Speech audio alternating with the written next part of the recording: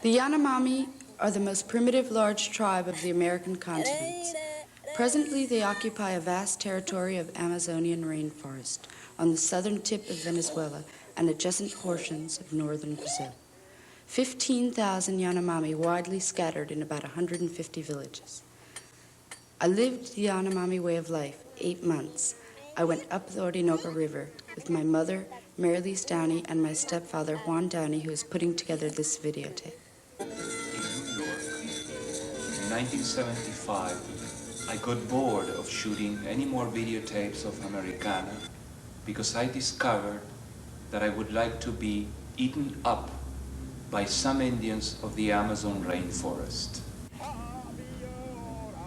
Not as a self-sacrifice, consciously at least, but as a demonstration of the ultimate architecture, to inhabit, to dwell physically as well as psychically inside the human beings who would eventually eat me. I desired so ardently to be eaten up that long before in New York I had ritualized my encounter with the cannibals.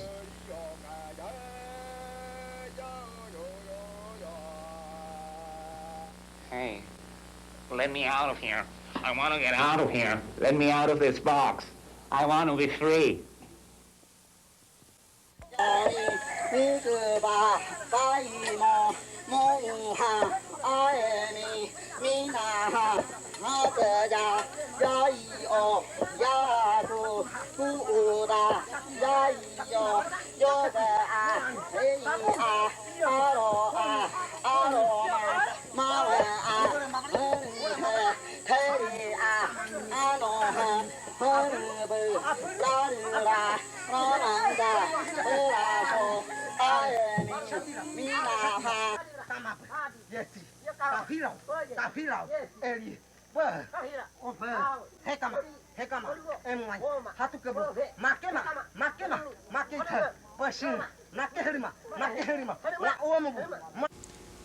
Two Yanomami young men accompanied me on foot through the jungle in the direction of Karohi, a neighboring village some 90 minutes away.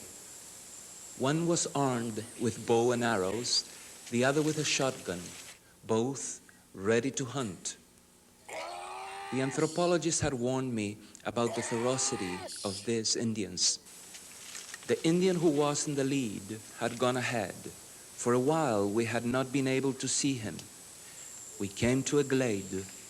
He surprised me by suddenly emerging from the dense forest on my right, pointing his loaded shotgun at me. He was threatening me. At that instant, by luck, I was recording a tape. Supporting my camera with my right hand, I was observing through it the jungle and these happenings with that strange unreality which black and white confers on danger.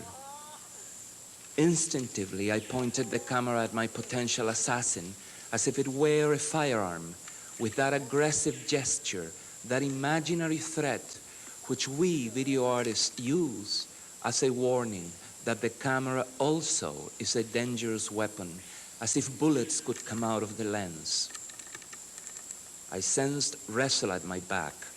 Without moving my feet, I turned my torso from the waist through 90 degrees toward the rear and saw, through the finder, that the Yanomami who had been behind was now seriously threatening me with bent bow, ready to shoot.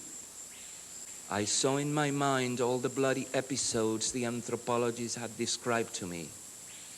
Between the two hunters, they had me pinned, but the Indians also took my camera for a dangerous weapon, and while I pointed it at one and the other alternately, they forbore to approach closer, as if fearing that I could shoot.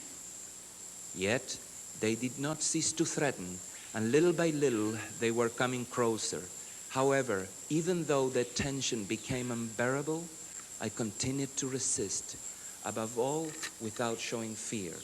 After threatening me for a long time, they lowered their arms, and we continued on our way.